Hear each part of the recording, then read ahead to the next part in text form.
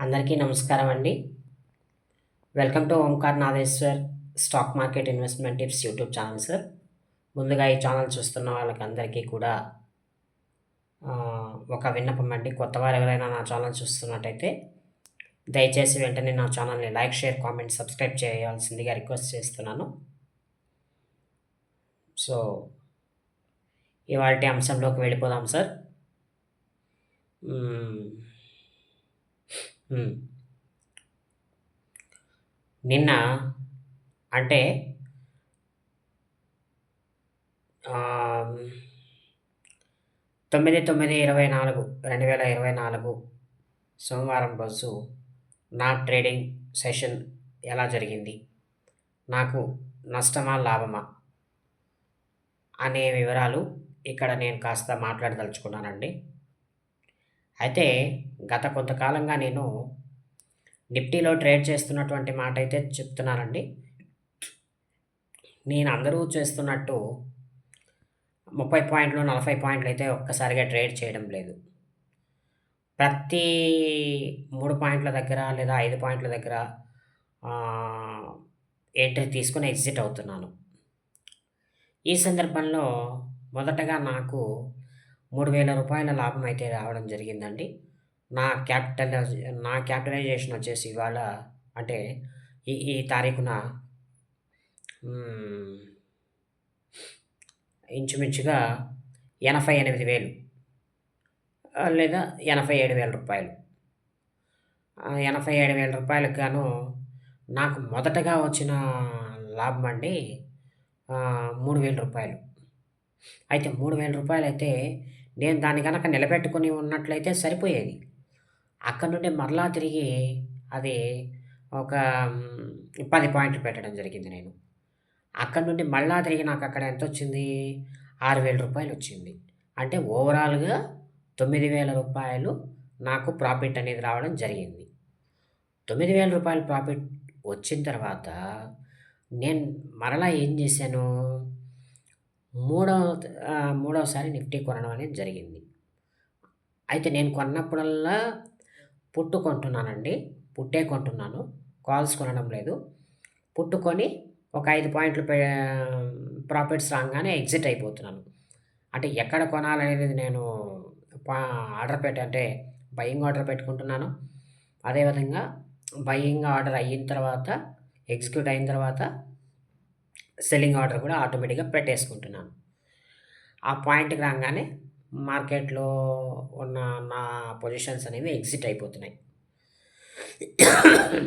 Entry point దొరికిన తర్వాత exit point ఏంటనేది నేను ఒక 5 పాయింట్లు పైన పెట్టుకోవడం జరుగుతుంది కాబట్టి, 5 పాయింట్ల పైకి రాంగానే నా ఆర్డర్ అనేది అంటే ఎగ్జిట్ అయిపోతున్నాను.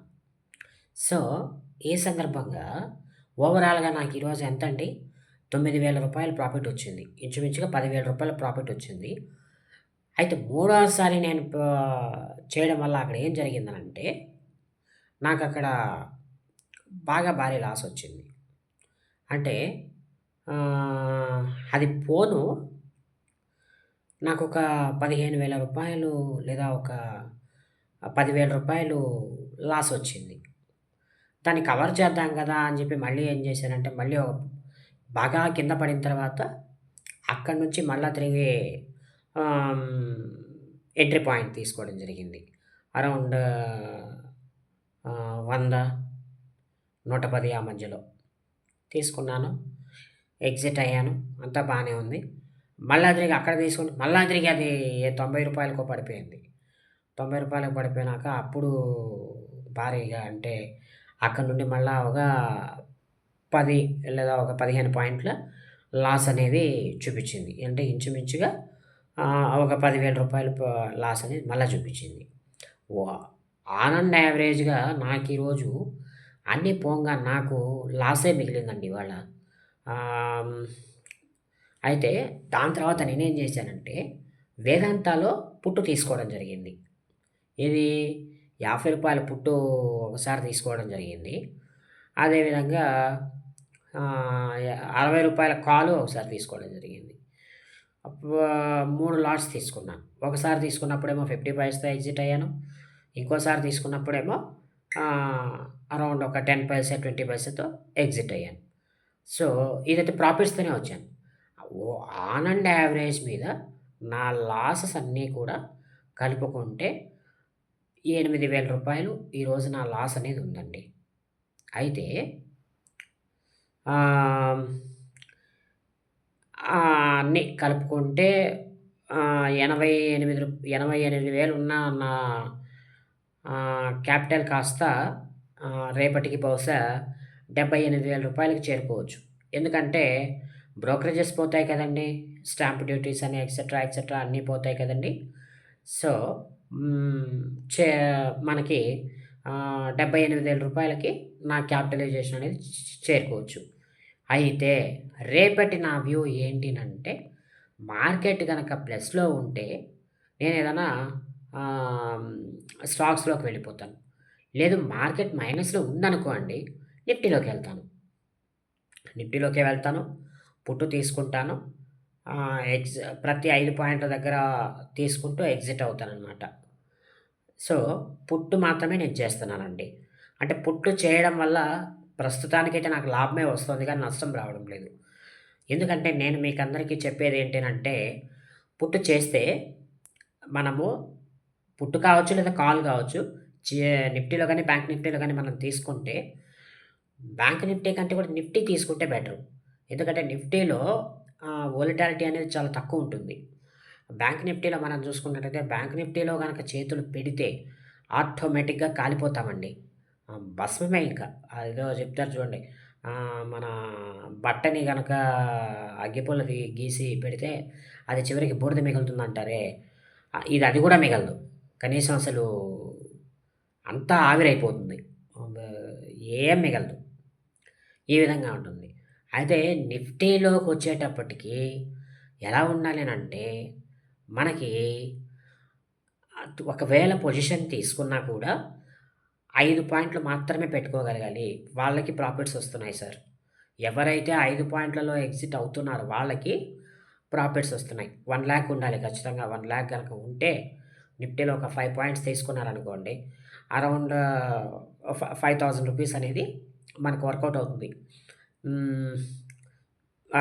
లేదు సెకండ్ టైమ్ ఒక 10 పాయింట్లు తీసుకున్నారనుకోండి. అక్కడ ఒక 10,000 ఏసుకున్నా ఇంచుమించుగా 10,000-15,000 దాకా మనకి వర్కౌట్ అవుతుంది. చాలు సార్. 1 లేదా 2 ట్రేడ్స్ మాత్రం ఖచ్చితంగా మీరు ఒక 6 నెలలు గనక అలా చేయగలిగితే, అలాంటి అలవాటు గనక చేసుకోగలిగితే, మెల్లమెల్లగా, మెల్లమెల్లగా, మెల్లమెల్లగా మీకు మంచి ప్రాఫిట్స్ అనేవి వస్తాయి. నెలకి ఆన్ అండ్ యావరేజ్‌గా ఒక్క రోజు గూడా లాస్ అవ్వకుండా చేస్తే మాత్రం రూ. 1,00,000 ఉంటే మీకెంత రావచ్చునంటే అప్రాక్సిమేట్‌గా 20 ట్రేడింగ్ సెషన్స్ యేసుకున్నా 20 పదుల 2,00,000 25ల 100 అంటే ఆహ్, మీకు ఇంచుమించుగా రూ. 3,00,000 అనేది వర్కౌట్ అవుతుంది. ఆహ్, ఇది ప్రతిరోజు ఒక్కటే మెథడ్‌తో చేయాలి కాకపోతే. ఒకటే క్వాంటిటీతో గనక చేస్తే 1,00,000 ఉంటే గనక మీకు ఖచ్చితంగా ప్రతిరోజు రూ. 15,000 గ్యారంటీగా వస్తాయి. ఎవరైతే ఈ రూ. 15,000తో సాటిస్ఫై అవుతారో వాళ్ళు ఖచ్చితంగా హ్మ్. ప్రాఫిట్స్ అనేవి గెయిన్ చేస్తారు. వాళ్ళు లైఫ్‌లో ఏవైతే గోల్స్ పెట్టుకున్నారో, ఆ గోల్స్‌కి రీచ్ అవుతారు. సో, ఈ వీడియో నేనెందుకు చేస్తున్నాను అంటే, ఆహ్, నాలాగా మీరు ఇబ్బంది పడకండి. మరీ 50 పాయింట్లు, 100 పాయింట్లు పెట్టుకోకండి. అలా పెట్టుకోవడం ద్వారా ఏం జరుగుతుందనంటే, నష్టాలే వస్తున్నాయి తప్ప, లాసు రా లాభాలు రావడం లేదు. నష్టాలొస్తున్నాయి తప్ప లాభాలు రావడం లేదు. లాభాలు మాత్రమే చవిచూడాలంటే మీరేం చేయాలి? రూ. 1,00,000 క్యాపిటలైజేషన్‌తో మీరు రండి. ఒక ఒకసారి ఒక 5 పాయింట్లు తీసుకోండి. ఇంకోసారి 10 పాయింట్లు తీసుకోండి. అంటే 2 ఒకేసారి అంటే 15 పాయింట్లు ఒకేసారి తీసుకోకూడదండి. ఫస్ట్ మార్కెట్ ఓపెన్ అయిన ఫస్ట్ 10 మినిట్స్ లోపల మీరేం జేయాలి? ఆహ్, ఇప్పుడు ఇప్పుడు ఫర్ ఎగ్జాంపుల్ సార్ నేను చెప్తాను చూడండి. 24,900 యేసుకుందాం. మార్కెట్ గనక అక్కడ ఓపెన్ అయిందనుకోండి. మీరేం జేస్తారు? అది కిందకెళ్తోంది. అంటే లేదు పైకే వెళ్ళిందనుకుందాం. 24,900 కదండీ! 25,000కి వెళ్ళిందనుకుందాం ఒకవేళ. 25,000కి గనక వెళితే ప్రెజెంట్ 25,050 ఉంది గాబట్టి 25,000 పుట్టు తీసుకోవాలి. 25,000 పుట్టు తీసుకుంటే ఈ 50 పాయింట్లు ఎలాగో తగ్గుతుందక్కడ. హ్మ్. ఈ 50 పాయింట్లు ఎలాగో తగ్గుతుంది గాబట్టి, ఈ 50 లోపలే మనం ఏం చేస్తామంటే ఫర్ ఎగ్జాంపుల్ 25,050లో నడుస్తుంది ప్రెజెంటు అనుకుందాం. 25,000 పుట్టు కొనుక్కోవాలని చెప్పాను కదా! ఫర్ ఎగ్జాంపుల్ అది రూ. 100 గనక ఉంటే మనం ఏం చేయాలి? రూ. 98 లేదా రూ. 95 తీసుకోవాలి. రూ. 95 తీసుకొని అది రూ. 100కి వచ్చిన తర్వాత ఎగ్జిట్ అయ్యేలాగా మనం ప్లాన్ చేసుకోవాలి. అక్కడికి మనకేంటి ఎంతయింది మనకి 5 పాయింట్లు వచ్చినట్టే కదా! ఒక 5,000 యేసుకుందాం. ఆన్ అండ్ యావరేజ్‌గా 5,000 యేసుకున్నా అప్పుడు మనకి ఇక్కడ వర్కౌట్ అయింది కదండీ! తర్వాత మనం ఏం చేస్తామంటే కాస్త టైం తీసుకొని మార్కెట్ ఇంకొంచెం పడుతుందనమాట. ఇంకొంచెం పడ్డప్పుడు అది 120కో వచ్చిందనుకుందాం. 120కో, 130కో వచ్చిందనుకుందాం. అప్పుడు మనం ఏం చేయాలి? 130లో గనక ఉన్నట్లయితే 120లో తీసుకోవాలి పుట్ అనేది. 120లో ఆర్డర్ పెడితే ఒకవేళ మన అదృష్టం బావుండి 120లో గనక అది మనకు అలాట్ అయితే 130లో లేదా 135లో మనము ఎగ్జిట్ అవ్వగలిగితే గనక మనకి అన్నీ పోను ఒక 10,000-15,000 రూపాయలనేవి ప్రతిరోజు మిగులుతాయి. ఇట్లాంటి ట్రేడింగ్ మెథడ్ అనేది మీరు అలవాటు చేసుకోండి. అంటే గతంలో నేను డెరివేటివ్స్ చేయొద్దు అని చెప్పిన మాటైతే వాస్తవమే. కానీ మనకి ఏదైతే ఏంటండి లాభాలు రావడమే కావాలి. అంటే మనము చేస్తున్నటువంటి పనిలో లాభాలు రావడమే మనకు కావాలి. కాబట్టి మనం ఏంటి చేయాలి? ఇదంతా నేను చెప్తోంది ఇంట్రాడే ట్రేడర్స్ కోసము. డెరివేటివ్స్ చేసే వాళ్ళ కోసం మాత్రమే ఈ క్లాస్ అనేది నేను చెప్తున్నాను. సో, ఇలాంటి ట్రేడింగ్ స్ట్రాటజీ గనక మీరు వాడినట్లయితే మీకు ఖచ్చితంగా లాభాలొస్తాయి. అయితే ఇది మీరేం చేస్తారంటే ప్రతిరోజు ఇదే స్ట్రాటజీ వాడండి. వాడడానికి ప్రయత్నం చేయండి. ఖచ్చితంగా వర్కౌట్ అవుతుంది. ఒక దగ్గర కాకపోయినా ఇంకో దగ్గరైనా అది వర్కౌట్ అవుతుంది. వర్కౌట్ అయినప్పుడు అక్కడ మీరు లాభాలతో బయటపడితే గనక ఆన్ అండ్ యావరేజ్‌గా 20 రోజులు వేసుకున్నా మీకు రూ. 3,00,000 వస్తాయి. అలాగా ఒక 2 నెలలు చేశారనుకుందాం. అప్పుడు మీ క్యాపిటలైజేషన్ ఎంతకు పెరిగింది? రూ. 7,00,000 పెరుగుతుంది. ఎందుకంటే ఇక్కడ ఆల్రెడీ 1,00,000 ఉంది. అక్కడ 2 నెలలు చేస్తే 6,00,000 వచ్చాయి. అప్పుడు రూ. 7,00,000 అయినాయి. రూ. 7,00,000 అయినప్పుడు లక్షకి 15,000 యేసుకున్నాం గదండీ! 7 పదుల 70 ఒక్క నిమిషం ఆగండి. అంటే అంతేనండి. 70 ప్లస్ 5 35 అంటే ఆన్ అండ్ యావరేజ్‌గా రూ. 7,00,000 గనక మన దగ్గర ఉంటే ఒక రోజుకి 1,00,000 నుంచి 90,000-1,00,000 లోపల మనము సంపాదించుకోవచ్చు. నేను మీకు రేపటి వీడియోలో నా స్క్రీన్ షాట్స్ పెట్టడానికి ప్రయత్నం చేస్తాను. ఆ స్క్రీన్ షాట్స్‌ని చూసి మీరు దాన్ని అప్లై చేద్దురు గాని. కానీ ఇది ఎప్పుడు వర్కౌట్ అవుతుందా అంటే, ఎప్పుడు వర్కౌట్ అవుతుందా అంటే కొంత సందేహంగా ఉంటుంది. అయితే ఒక్కటే అండి, మీరు 5 పాయింట్లు పెట్టారు కదండీ! అది 10 పాయింట్లు, 15 పాయింట్లు దిగిందనుకుందాం. అప్పుడు మీరు కాస్త అలర్ట్‌గా ఉండి ముందు కొట్టేసుకోవాలి. లాస్ అయినా పర్వాలేదని చెప్పి కొట్టేసుకోవాలి. లాస్ కొట్టేసినా కూడా మీకు మళ్ళీ ఏం జరుగుతుంది? మళ్ళా అది ఎలాగో అటు ఇటు, అటు ఇటు తిరుగుతా ఉంటుంది. ఆ 5 పాయింట్లనేవి ఆ రోజు 5 పాయింట్లు, 10 పాయింట్ల డ్యూరేషన్‌తో మీరేం చేస్తారు? ఆ పోయినటువంటి లాస్ ఏదైతే ఉందో దాన్ని సంపాదించుకోవచ్చు. దీనికి బాగా చాకచక్యం కావాలి.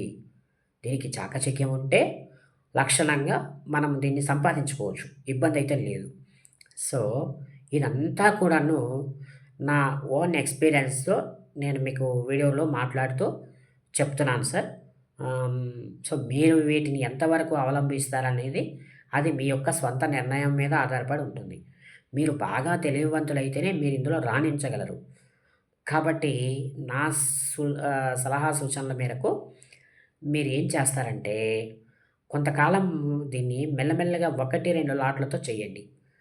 చేసి సక్సెస్ అయితే అప్పుడు మీరు ఎక్కువ ఎక్కువ మొత్తం పెట్టుబడితో ముందుకు వెళ్ళండి.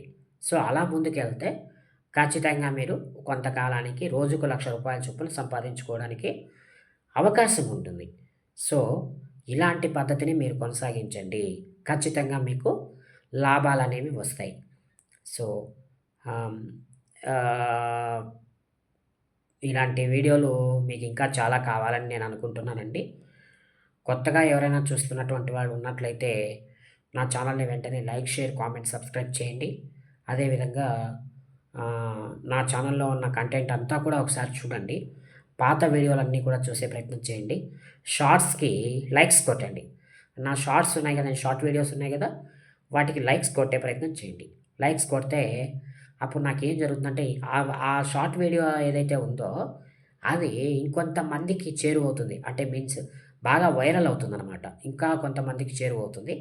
అప్పుడు వాళ్ళు గూడా చూసి సబ్‌స్క్రైబర్స్ యాడ్ అవుతారు ఇంకా కొంతమంది. నాకు ఎంతమంది సబ్‌స్క్రైబర్స్ యాడ్ అయితే అంత ఉత్సాహంగా ఉంటుందండి వీడియో చేసి పెట్టడానికి. సో, దయచేసి నా కష్టాన్ని అర్థం చేసుకుంటారని ఆశిస్తున్నానండి. సో, మరొక మంచి వీడియోతో మరలా తిరిగి మీ ముందుకు వస్తాను. అంతవరకు సెలవు. నమస్కారం.